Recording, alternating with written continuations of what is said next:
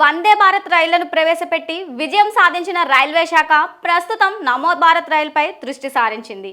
ప్రయాణికులకు అనేక రకాలుగా వసతులు కల్పించే నమో భారత్ రైల్వే చరిత్రలో మరొక మెట్టని చెప్పుకోవచ్చు. ప్రస్తుతం నమో భారత్ రైలు ఢిల్లీలోని న్యూ అశోక్ నగర్ నుంచి మేరట్ సౌత్ మధ్యలో నడుస్తోంది.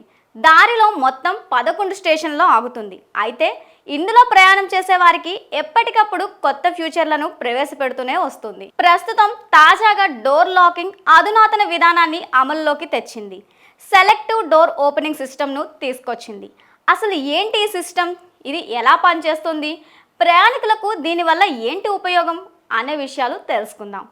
సెలెక్టివ్ డోర్ ఓపెనింగ్ సిస్టమ్ వల్ల ప్రయాణికులకు ఎంతో సౌకర్యం కలుగుతుంది. ఈ వ్యవస్థ ప్రకారం రైల్లో ఉన్న ప్రయాణికులు తాము దిగాల్సిన స్టేషన్ వచ్చిందంటే డోర్స్ ఓపెన్ కావడానికి ఒక బటన్ను నొక్కాలి. భారతీయ రైల్లో ఇప్పటి వరకు ఇటువంటి సిస్టమ్ ఏ రైల్లోనూ లేదు. సెలెక్టివ్ డోర్ ఓపెనింగ్ సిస్టమ్ ఉపయోగించడం ఇదే మొదటిసారి. బటన్ నియంత్రణ వల్ల రైలు లోపల చల్లని గాలి బయటకు రాకుండా ఉండడానికి సహాయం చేస్తుంది. అలాగే విద్యుత్ కూడా ఆదా అవుతుంది. సెలెక్టివ్ డోర్ ఓపెనింగ్ సిస్టమ్ వల్ల ప్రయాణికులు సౌకర్యవంతమైన ప్రయాణాన్ని చేయవచ్చు.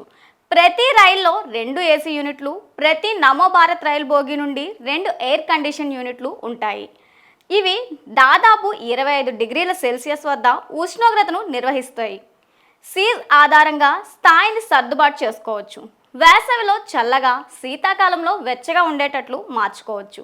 ఈ ఏసీ రైల్ సేవలు విద్యార్థులు, కార్యాలయ ఉద్యోగులు, మహిళలు, వృద్ధ ప్రయాణికులతో సహా అందరికీ సహాయాన్ని అందిస్తాయి.